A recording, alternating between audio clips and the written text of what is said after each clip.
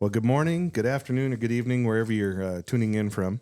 Welcome to Truck Around and Find Out podcast, where we discuss some fun and hot topics surrounding the trucking industry, safety, community, kind of our lives here in Northern Colorado. So I'm Keith Couch with Rush Truck Centers, Greeley, Colorado. Have Rocky Mountain Peterbilts on YouTube. And with me is Ryan Byers with Front Range Compliance in DOT University. How are you today, Ryan? Oh, I'm doing great. Good. I'm excited to be sitting down and recording. We took about a week before we could reconvene, so it's good to get us back together. Welcome, everybody. I'm Ryan Byers. I'm the owner of Front Range Compliance and DOT University, where we help companies with their DOT compliance and their drug and alcohol testing programs. We have a lot of different solutions, and of course, our training website at dotuniversity.org. Remember to get your drivers trained. But with that. So, anyways, Keith, what do you got going for individual topics these days? Oh, lots of projects at home, but business-wise, just want to let everybody know that if you are looking at new trucks, it's quiet right now. So the factories, obviously I sell Peterbilts, but I think all the factories can kick out the trucks really quickly right now. However, if you're a fleet and it's something that you are getting ready to replace, probably better get on it sooner than later, because January 1st of 27, which seems a long way off, that's only 13 months away, a little over 13 months. And that is an entirely new engine for Cummins. Oh, wow. So it's not a new emission system. It's a new platform, and it's going to be what they call the 50-state engine. So it's California compliant and all other state compliant. It's just one deal, and this is the one that has the heater in between the engine and transmission. But that's, we're being told it's probably going to be a minimum of a $20,000 increase in price, which is not what I wanted to hear. These things are already more expensive than they should be. They just make it more difficult, don't they? So is this does this engine does it have stuff to do with like the Green New Deal, trying to meet different types of stuff? It has to do with greenhouse gas emissions. Oh, okay. So I know Trump administration pushed back some of the requirements and has relaxed some of that, but the GHG, the greenhouse gas emissions, is still going.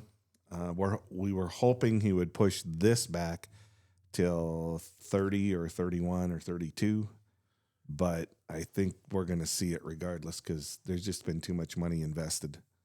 They're going forward. Wow. So, well, yeah, I definitely, these individuals that, if you're needing some trucks or needing to update that, and I know we're talking about doing an old versus new episode here in the near future, you better get moving on that, because, it's... Well, what's going to happen next year is, as companies figure out that 1/1 of 27 is coming, it'll backfill. So in other words, January, February, March, these companies start figuring out, and they say, hey, we're going to order 50 trucks, but put them in December. Well, then, boom, December's full. Then November's full. Then it's going to fill in backwards. Mm-hmm. I've seen that happen multiple times. And within a period of about 6 weeks, the year will be sold out. Oh, man. So it's going to happen quick. Hasn't yet. We haven't seen anything towards that yet. Wow. But I just want to at least let people that I'm familiar with and people that I know, that's coming. So if you want a Peterbilt, call me. I'll be happy to help. But get with your truck sales guy, whoever you have a relationship with, and at least talk to them about it, because it doesn't matter what brand you're running.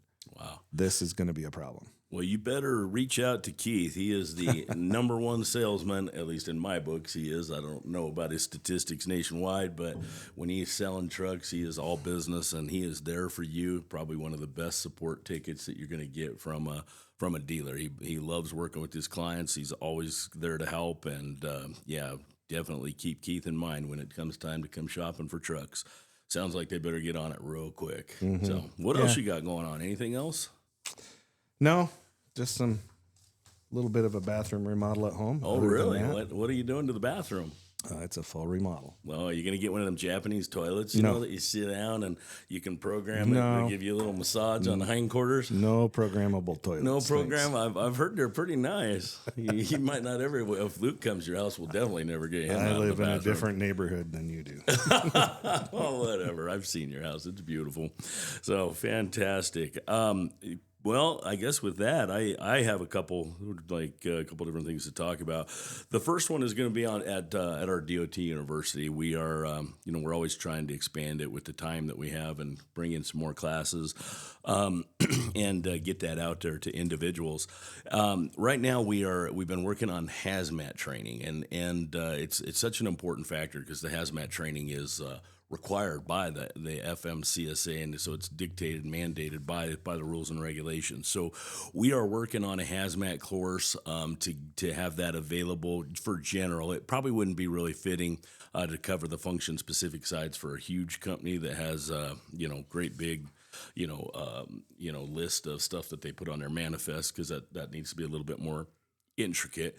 But for those companies that are hauling 1, 2, or 3 different commodities, I think I taught a class this week for a cargo tank company that they only haul 3 different: gasoline, diesel fuel, Jet A. So something like this would be really perfect for them to help all their hazmat employees. And remember, your hazmat training has got to be done within 90 days, and then recurrently every 3 years these guys have to go through it. And if they don't do their training, that is a critical violation. So if it gets found in an audit, it gets pretty ugly. So DOT University, we're going to be up hopefully dropping that hazmat training in there here in the very near future. I know that we're going to finish recording hopefully this afternoon if all works out. The second thing that I really wanted to talk about was the 2026 drug and alcohol program. It is time for enrollment. We're approaching the end of the year. So, we always struggle because a lot of the drug and alcohol companies require, you do your annual enrollment, so you pay your annual fees. Yeah, So place your orders now. yeah, that type of thing. And what happens is they get started, they get back in with the same old crappy company, and it's got the same old problems. Nothing ever changes. But they paid for their enrollment, so getting somewhere mid-year, getting the company to switch and come to a new company or get a good compliant program, it's a little bit difficult. So right now we're in enrollment time, coming up on the end of the year. I definitely want to encourage everybody, really take a hard look at your program. There are some good ones out there, but unfortunately there's more bad ones than good ones.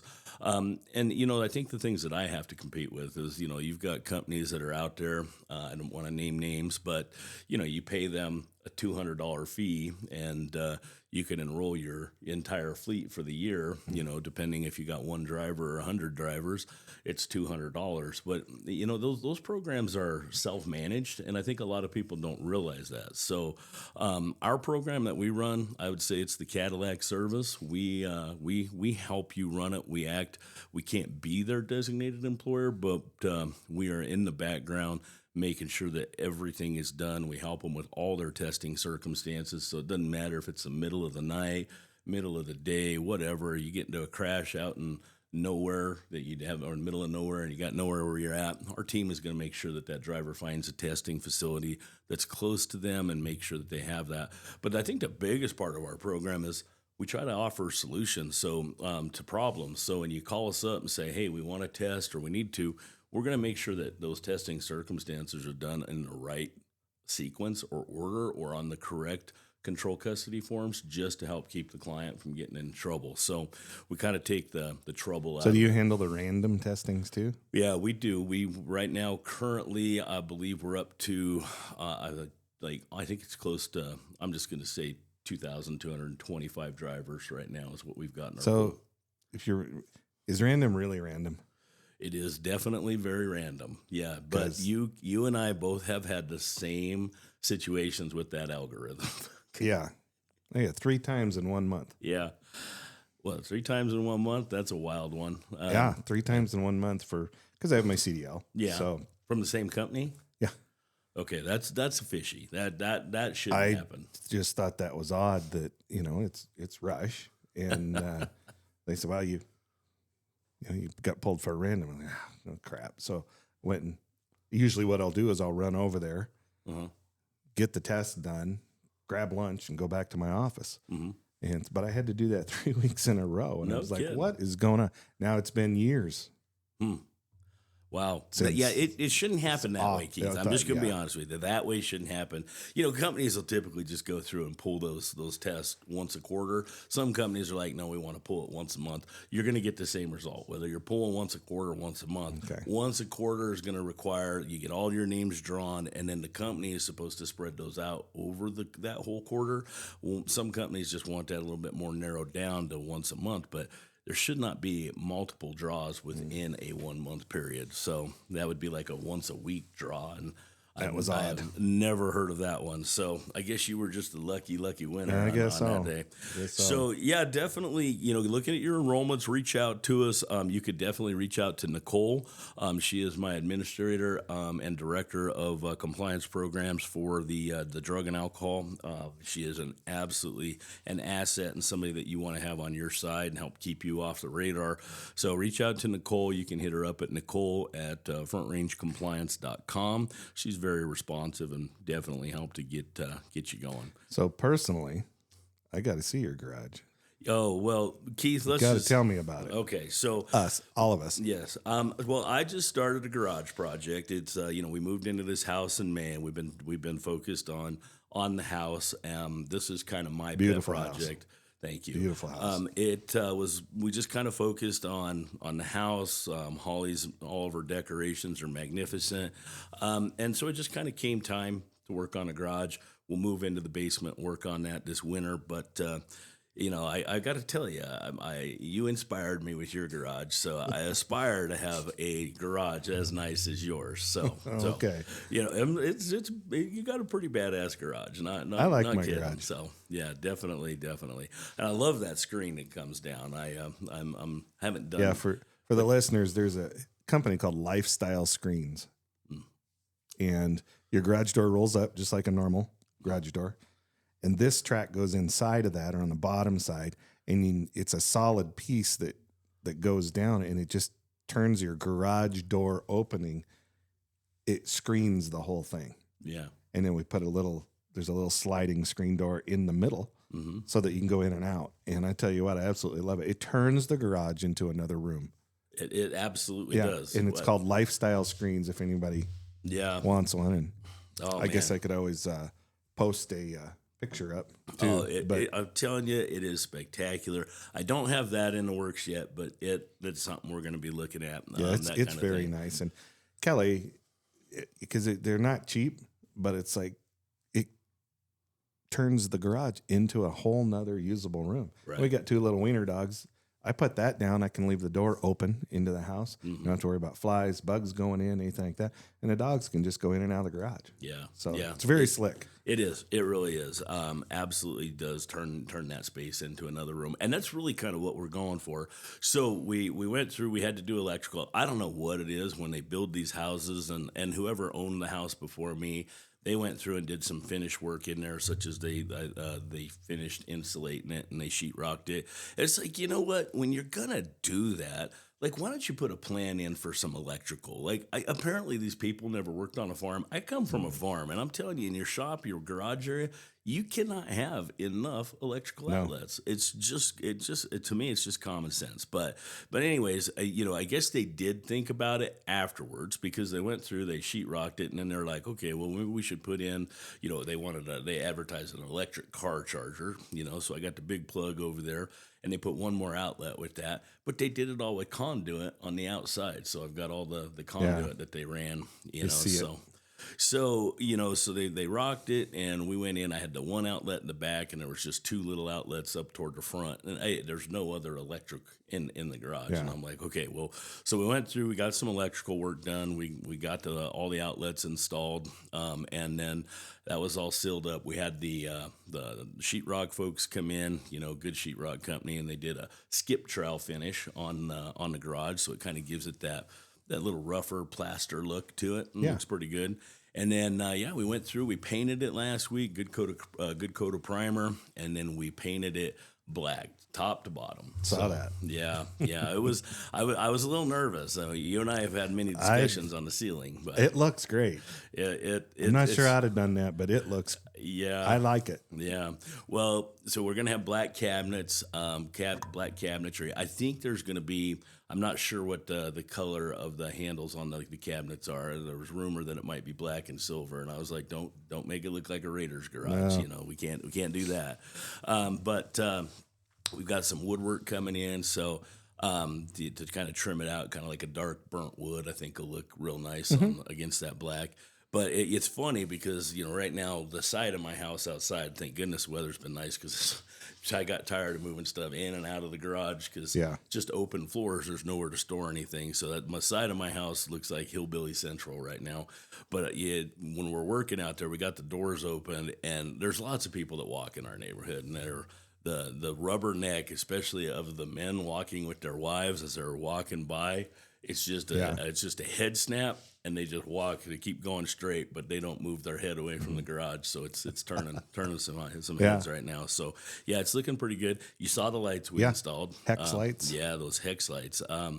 We did 4 sections of them around the garage, so it's not all connected. So basically over each of the bays, and then in the shop work area of mine, we put a little set in there, and it amazes me the look that turned It does. into. It looks good. I was super. It looks very sick. So we'll keep you updated on that. We'll keep working on that garage. Hopefully, our goal is to have it finished up before Thanksgiving. So hopefully, by Thanksgiving, the guys will have a place to hang out. I'm gonna have a TV out there, so we'll have some football playing in the garage, and that kind of thing. So that's kind of what we're working on. So, yeah, I don't think I've got anything else. How about you, Redbeard? You got anything going on in your life? Just kind of same old, I'd say. I mean, working on the podcast and staying busy at work. So nice. Well, our discussion today is roadside inspections. So we're gonna be hopefully getting you doing some more mock inspections. So we got Luke, old Redbeard, and we went to some meetings and people were calling him out as Redbeard. So we made the decision that we're gonna put a mic in front of him so you can hear his voice. So Luke, welcome to the podcast. I'm glad to have you. Try to be quiet. Okay, we'll let you be quiet. So, all righty. So roadside inspections. Keith, you've been through a few of those in your days, haven't you? Not too many, but I mean, I've had a few. Had a few of them, all good experiences? No. Was that because of you or because of the officer? Probably both, if I'm being honest. I can tell you, I've never been through one as a driver because I'm not a driver, but on the enforcement side, I've been obviously involved in thousands of roadside inspections, and I've had some really, really great experience, some very heartwarming experience, some great times with some drivers, and I've had some really, really interesting experience with drivers. I mean, there's just some guys you walk up to and every word out of their mouth is just, please write me a ticket, the way they act and that. So well, I came through Belfouche, South Dakota one time, and this is a long time ago, way before electronic logs, where you could run 2 or 3 log books.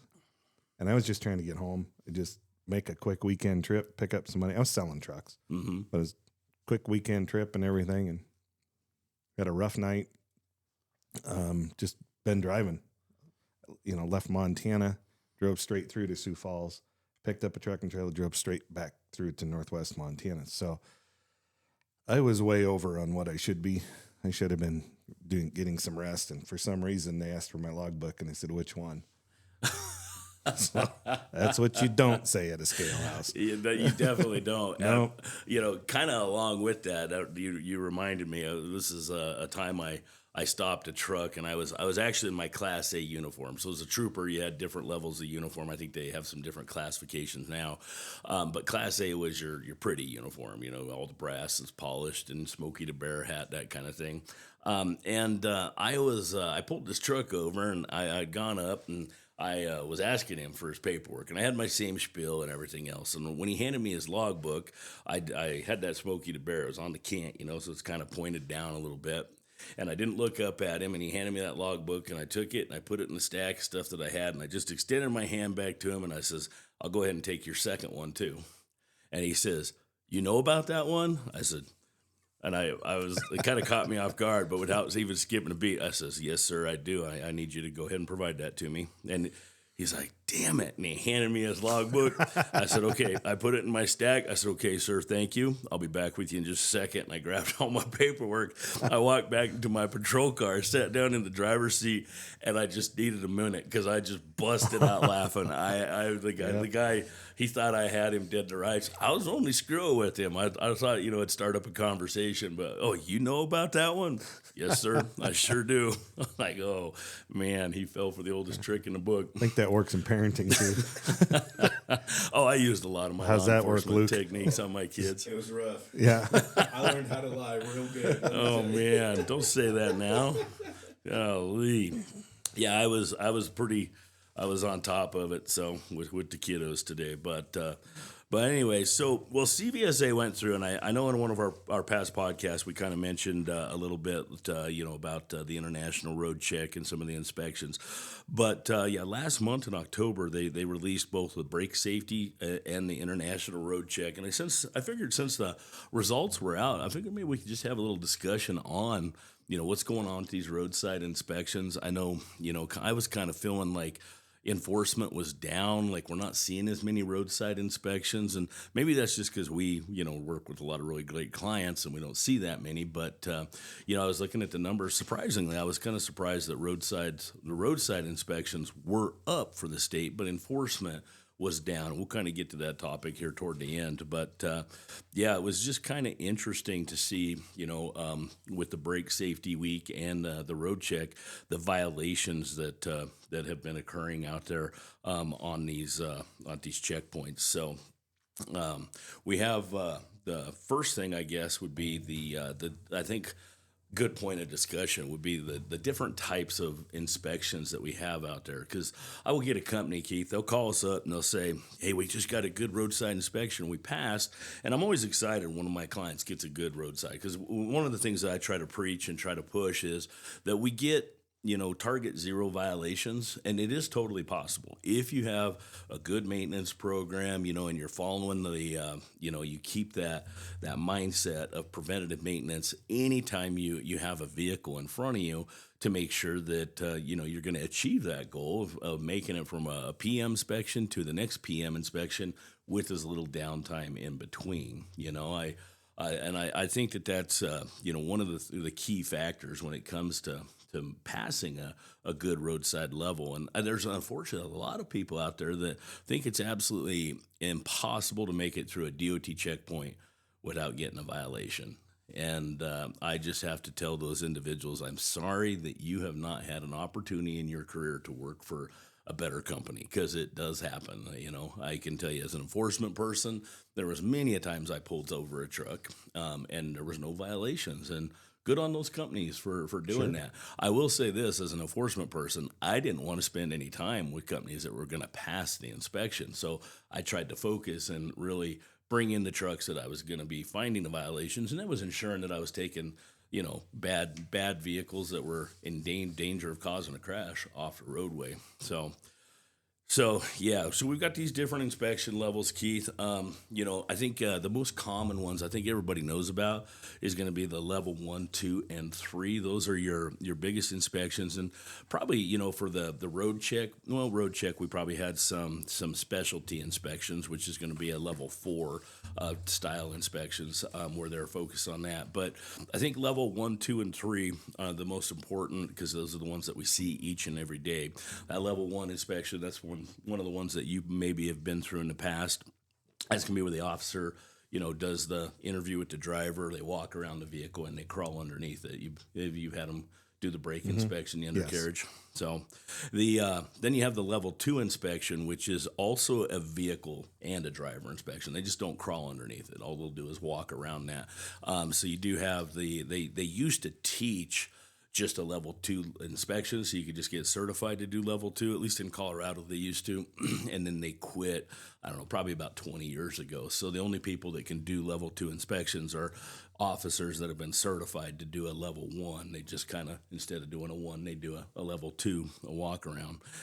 Both of the level 1 and level 2 include the vehicle, so that's where you'll see the actual equipment violations.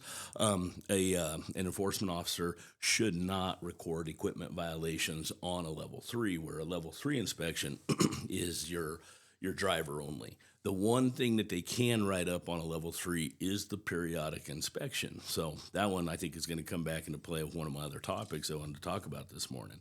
So those are your 3 levels of inspection, the level 1, the complete vehicle, level 2 known as the walk around inspection, and then the level 3, which would be the driver only inspection. And then there's a couple other levels. And honestly, when I was printing this up this morning, I was actually kind of surprised because I didn't realize that they had included a couple others. I was familiar with level 1 through the level 6, which is the nuclear inspection, but I didn't realize that they had added a 7 and an 8 in there. But the level 5 or the level 4 special inspection, that's going to be when they're doing like brake safety week.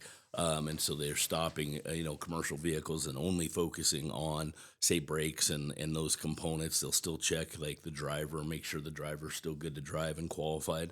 And then you have the level 5 inspection. Now, level 5 is what happens at an audit. So if you go through a DOT audit, what they're going to do is they will schedule, if they need to do some inspections to see what your out of service rate is.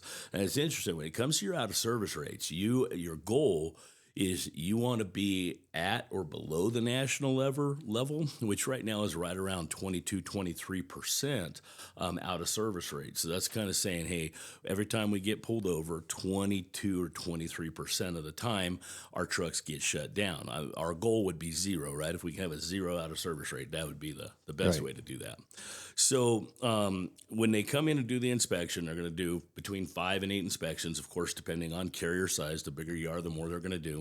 But typically it'd be about at least 5 inspections so they can look at, say, hey, in the last 5 inspections, how did you fare? And if you get put out of service and that gets that rate in the last 5 inspections, if that goes above 34%, then your program is deemed to be your maintenance program is viewed as unsatisfactory. So companies, I think, don't realize that. But when you watch those out of service rates when you're watching it either through SAFER or through the safety measurement system, you really want to make sure you can keep that out of service rate at least below that 34%. And clearly, if we could stay below the national average, that's even better. But that's a nightmare. I mean, we've had some companies that we've worked with that, they had 100% out of service rate with like 9 or 10 inspections. And shoot, we were still working on it 34 inspections later, trying to get on top of that. So it can be pretty tough. The level 5 used to be an option for troopers. They used to be able to, if you contacted a company or you were working with them, you could just go over there and do some level 5 inspections. But unfortunately, some officers have spoiled the fun on that. We had a situation several years ago where an officer kind of made it a side business and decided that they were going to go out with clients while they were enforcement employees, and they were getting paid to go do level 5s for those companies. So, it's typical government is instead of just correcting one situation, issuing a memorandum saying don't do this, they pretty much put an all stop on it. So when you want to see troopers, hit that pucker factor, call them up and say, hey, can you come and do level 5s? They're like, oh, no, we can't do that. Don't want to get in trouble. You got the level 6 inspection, which is going to be your nuclear inspection. So we don't see too much of that. I did see a couple of those whip shipments traveling down I-25 last month. So there are still a few every once in a while. But then you've got, your last inspections there, which are going to be the 7 and 8. So, the level 7 inspection is a jurisdiction mandated inspection. Typically that's going to be if CVA issues out a special program or the feds issue out a special program, such as like going and setting up a strike force and focusing on passenger carrier operations, different things like that. And then the last one, which is a really interesting one, is the level 8 inspection. And that one is really a newer program, but that's going to be an electronic inspection, vehicle in motion. So your technology is somehow going to link up, and it's going to check the GPS coordinates. It's going to do electronic validation of who's operating that vehicle, their license, and it's all going to be tied. So is that those deals you see over the interstates before the scale houses? I believe that it's all going to have to tie to those pre-pass style where the driver is in there. Somehow, I mean, if they're going to do the log and the verification, that's all going to sync up. So I figured that this morning. I'd heard about it in the past. It just kind of was like, oh, that's coming, and I kind of forgot about it, and I didn't research it anymore. So I always thought those were just weigh in motion. Yeah. They weigh the truck as it's going down the interstate. They do sometimes in some locations. They have that weigh in motion. I don't think every port has that technology. But this would obviously tie in with that. But the pre-pass is also designed. Pre-pass, that's what you call it. Yeah, pre-pass is really designed to cut down. So you have to be a pre-pass customer. And then some other things of what it does is, it selects a pull-in rate. So as you're coming up, it sends the data of that truck ahead to the port of entry, their computer system. It'll put it into whatever their algorithms are, and it'll say whether they need to stop and cross the scale, or they can go. And it depends on however their pull-in rates and stuff are. So it just, if you don't have pre-pass and you're working in an area where there's a port, anytime you're within 5 miles of the port, you're required to seek it out and drive out of your way, go to the port, and then go back to it. Yeah, I know. I didn't hear that. I know, right? I know. Sorry, guys. Sorry. You can just hit mute on that little piece there, Luke, and he got garbled. We didn't understand him. But port of entry. The checkpoints. So that being said, I always stop. Speaking of the electronic and motion stuff, have you heard or seen the stuff that Colorado State Patrol has got? Have I talked to you, told you about that?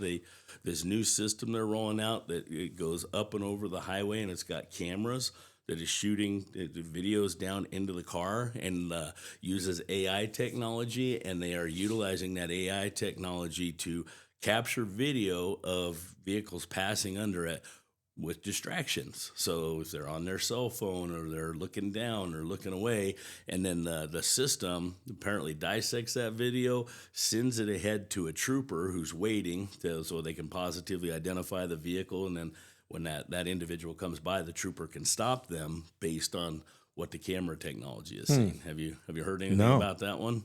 Yeah, that's those interesting. Flock cameras, is that what they call them? I don't know about that specifically, but we've seen it demoed. I've been to 2 different events where the patrol was out and they were demoing their new thing. Well, they need to put them on Highway 34 because I see people, generally women, not trying to pick on women, but putting their makeup on.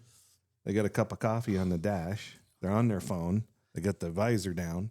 They're putting makeup on, and it's 65, 70 miles an hour. Oh, it's nuts. I saw one the other day that was curling her hair. She had like a wireless curler and like a curling iron, and she was literally driving and curling her hair, and she's going back and forth between the mirror, like the center mirror, and so she was looking back and forth, and I was just, I just shake my head. Yeah, not trying to pick on women, but that's the one that I have seen that's like, oh, that's just a matter of time. Just a matter of time. Oh, yeah. The DeWalt curler.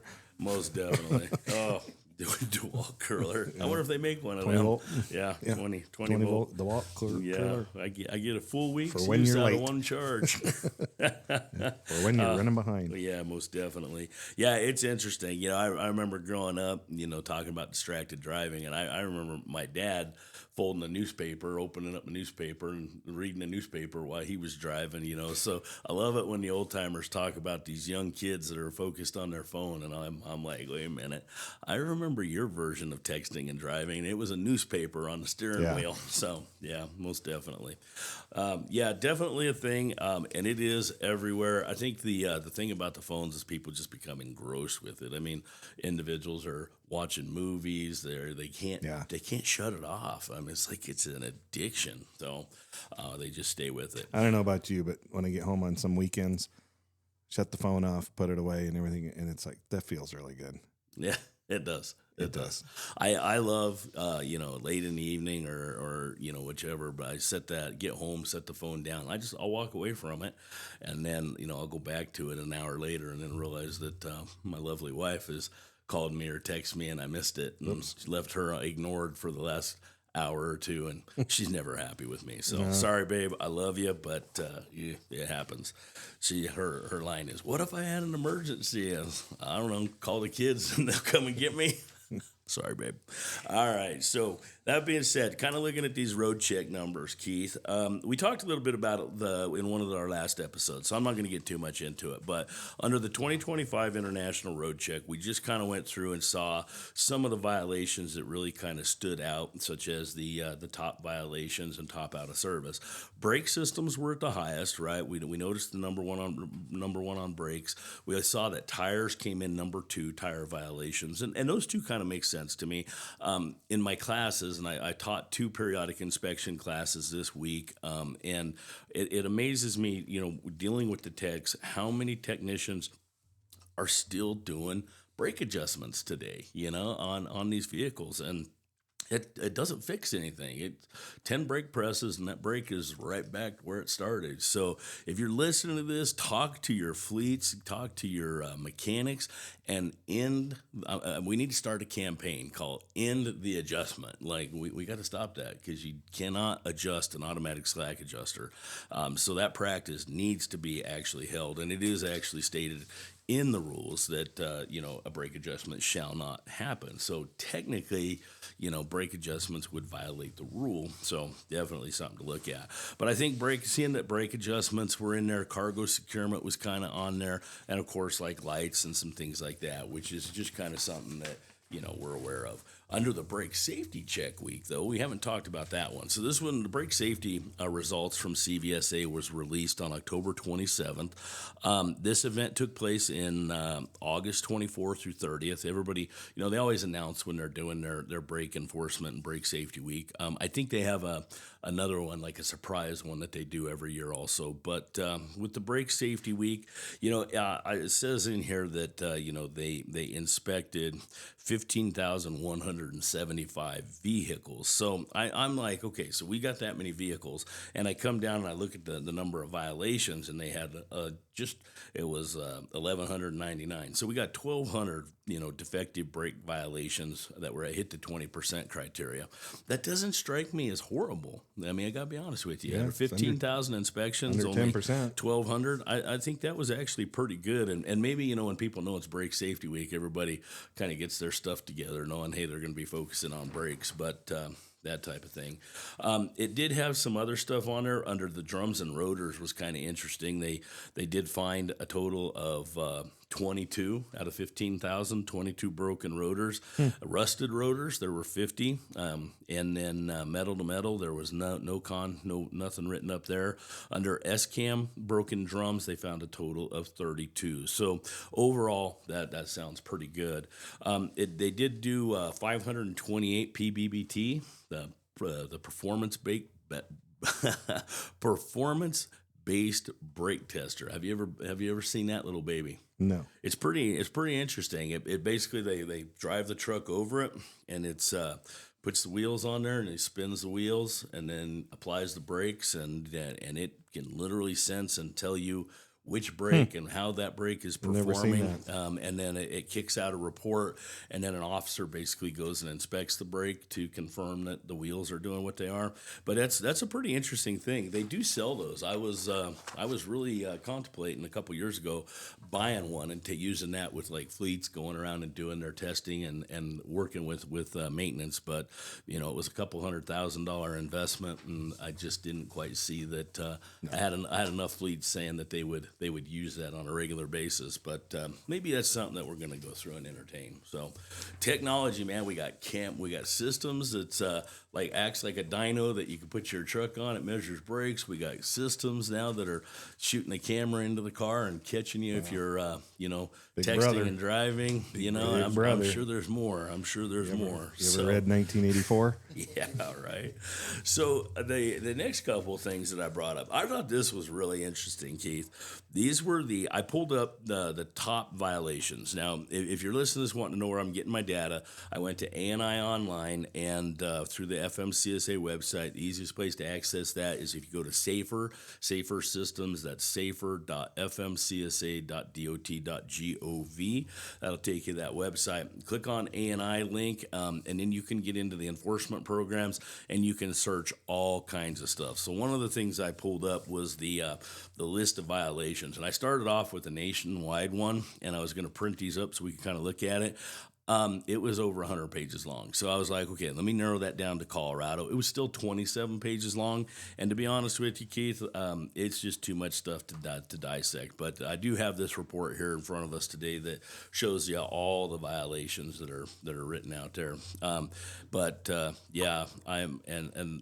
Yeah, it's just a lot. So I kind of narrowed it. I found another link in there, and I narrowed it down to the top violations. And the two that I gave you, you've got one that is for Colorado. That's the one with the small numbers in the chart. I think it shows total of inspections for calendar year 2025 was 65,200 inspections. And the nationwide one, which is 3 million and some. So I think with those top violations, I think this one is really interesting because it really hits home for me. I was blown away to see the number one violation. It was, no periodic annual inspection. And that was for both Colorado. No DOT. Yeah, no DOT annual inspection. And that was for Colorado. When I ran the nationwide numbers, I didn't think it was going to hit again, but it did strike as the number one violation. And it's number one by a landslide. So that's just companies not getting an annual inspection on their trucks. Yeah, it could be no annual. It could be the decal is missing. The driver didn't have the report with them. But I would say probably the majority of those are just no annual. Yeah, no annual. Just no annual. Yeah, absolutely.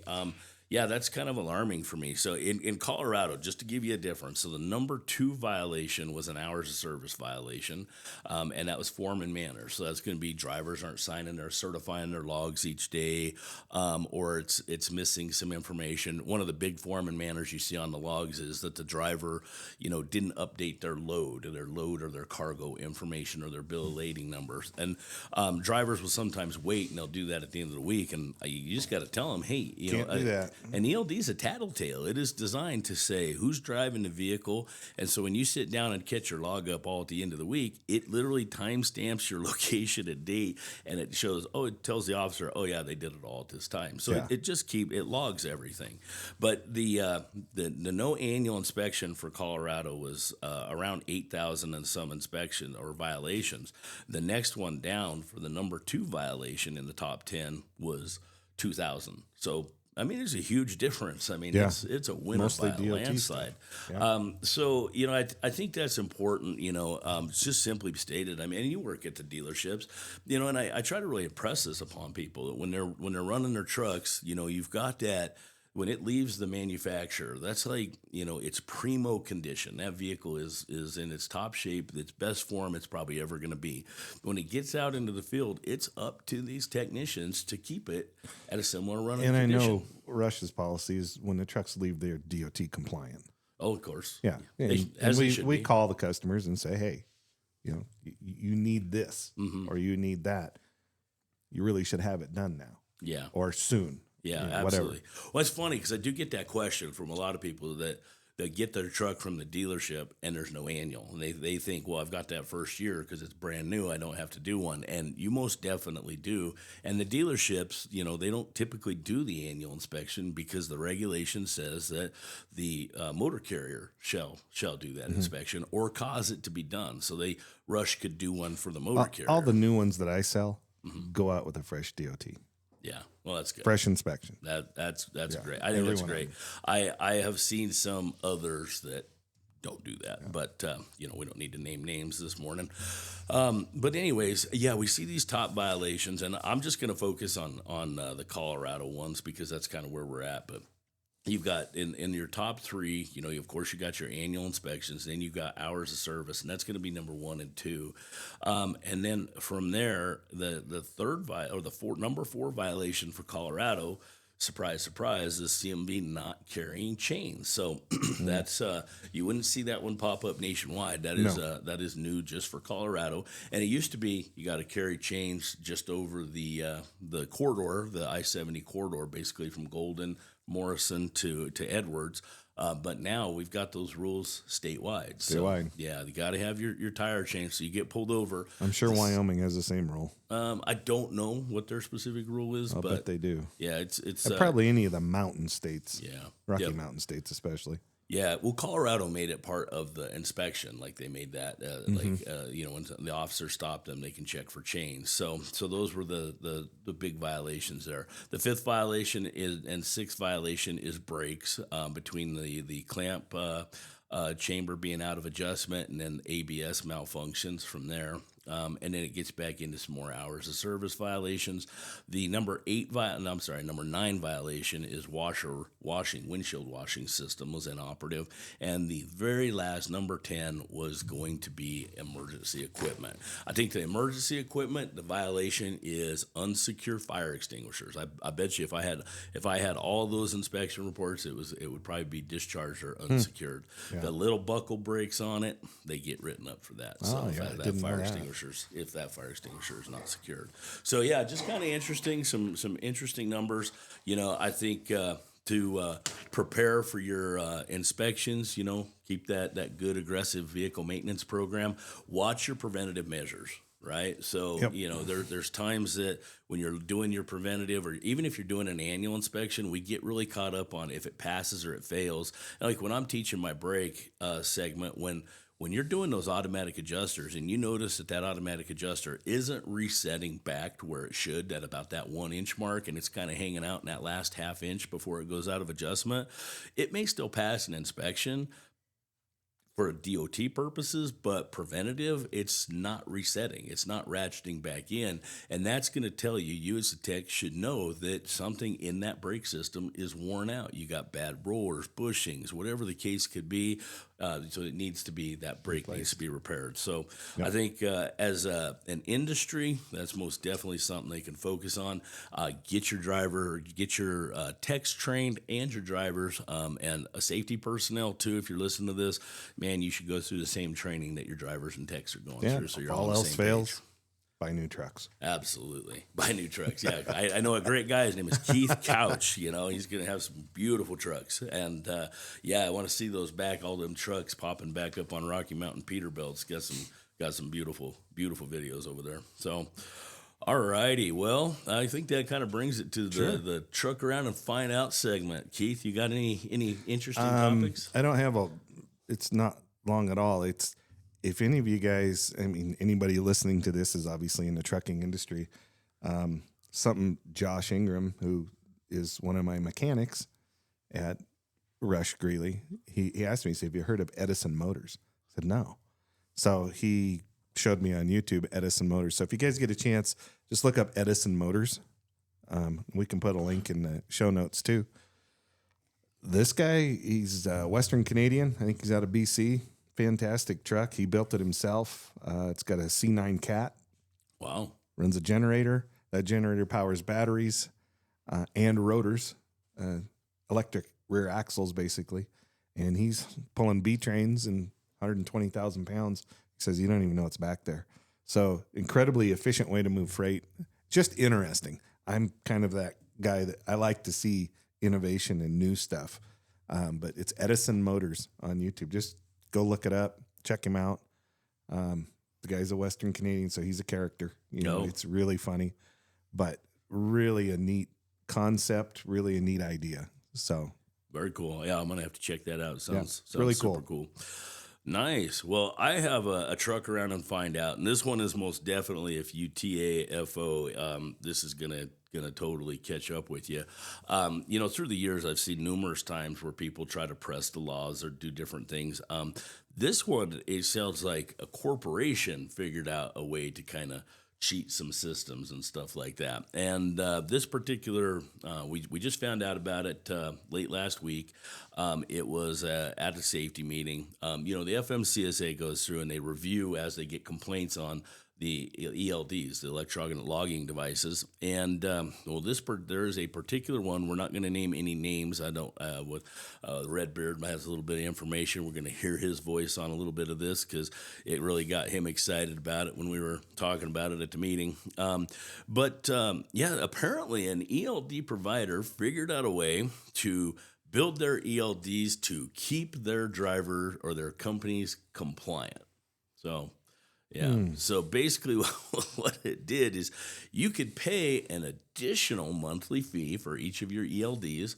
And apparently this company was washing all their ELDs records for them. So your drivers could really do whatever they wanted, but the final product that it was spitting out that it would share with enforcement was a false log and Wow. I should say a beautiful, clean, crisp log, but it was most definitely a falsification. Yep.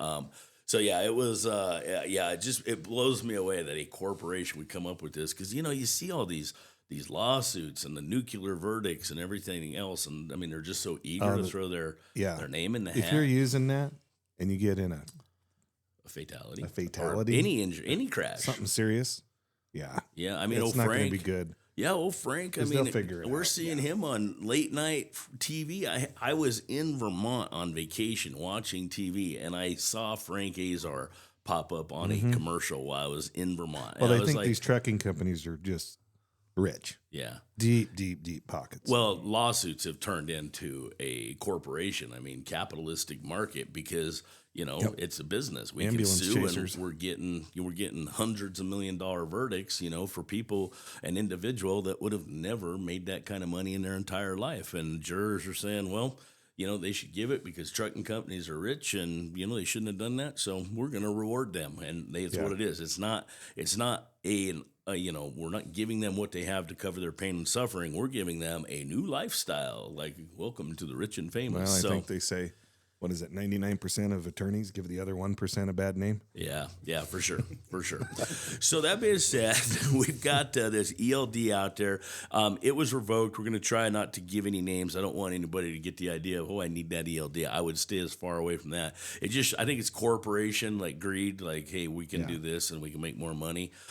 Luke, what did you find out on that? I had you doing some research. Well, it was really hard to find anything other than just, every article I could find was just does not satisfy the 395 subpart B requirements. It doesn't really come out and say, hey, yeah, this is what they were doing, but it was at the CMCA Maintenance Council meeting when we got a little bit more info. So how this all came about was it sounded like there was a company that was utilizing this log, and a trooper pulled them over, saw their time card, and just had a bad feeling because it was just perfect, and how often do you see a good time card? Like you're talking about doing your inspections and enforcement. How often did you see a just perfect time card for? Well, I mean, time cards versus logs, but I think I know where you're going. Yeah, but yeah, you know a what I'm perfect getting log. after. It was always suspicious whenever you saw the perfect log, like a driver that works exactly 11 hours, 30 days straight, and they're off exactly at the 14th hour, 30 days straight. Yeah, you start to wonder, but that was back in the days when everybody hand wrote them. But the ELD most definitely, I mean, it's to the second. So you see all kinds of different times because literally it's logs to the second. So yeah, definitely not perfect. Yep. So it sounds like this trooper was following around this company utilizing these logs, and pulled him over a couple weeks later and went, no, because I saw you here, but you're here on this time card. And that's kind of how they figured out this was all happening. And this ELD service provider was going through and scrubbing. So can't figure out which one it was. I couldn't find anything for what exact company it was. But if you look up this week's ELD, you can figure out, the 5 different providers that are getting taken off the record. Yeah, and we don't really know when this one got discovered. They just brought it up at the safety meeting last week, and we were kind of hearing about it. But yeah, most definitely a little bit frightening. I know people pull some crazy stuff out there and that kind of thing. It's always a workaround. And it amazes me how hard somebody will work to skirt around the rules and regulations when if you would have just complied and just done what you're supposed to, I mean, it would have been a lot more peace of mind. And with these nuclear verdicts, I mean, you cannot truck around and find out because the find out side is going to put you down these days. So definitely got to be careful out there. So perfect. Well, Keith, you got anything else to add? No, I'm good. All right. Well, thank you so much. Appreciate everybody coming and listening to us. Hopefully we're getting a good audience. If you have any topics or discussions, please reach out to us. We'd love to hear. If you got some feedback from us, great. Hopefully we start getting some guests on here and that. Anything closing you want to add there? No, thank you guys for what you do. Absolutely. Appreciate you. Absolutely. Thank you for keeping the roadway safe and delivering all of our commodities. Stay safe out there. Keep her sunny side up, and yeah, we'll be seeing you on one of the next podcasts. God bless you guys. Thank you, everybody.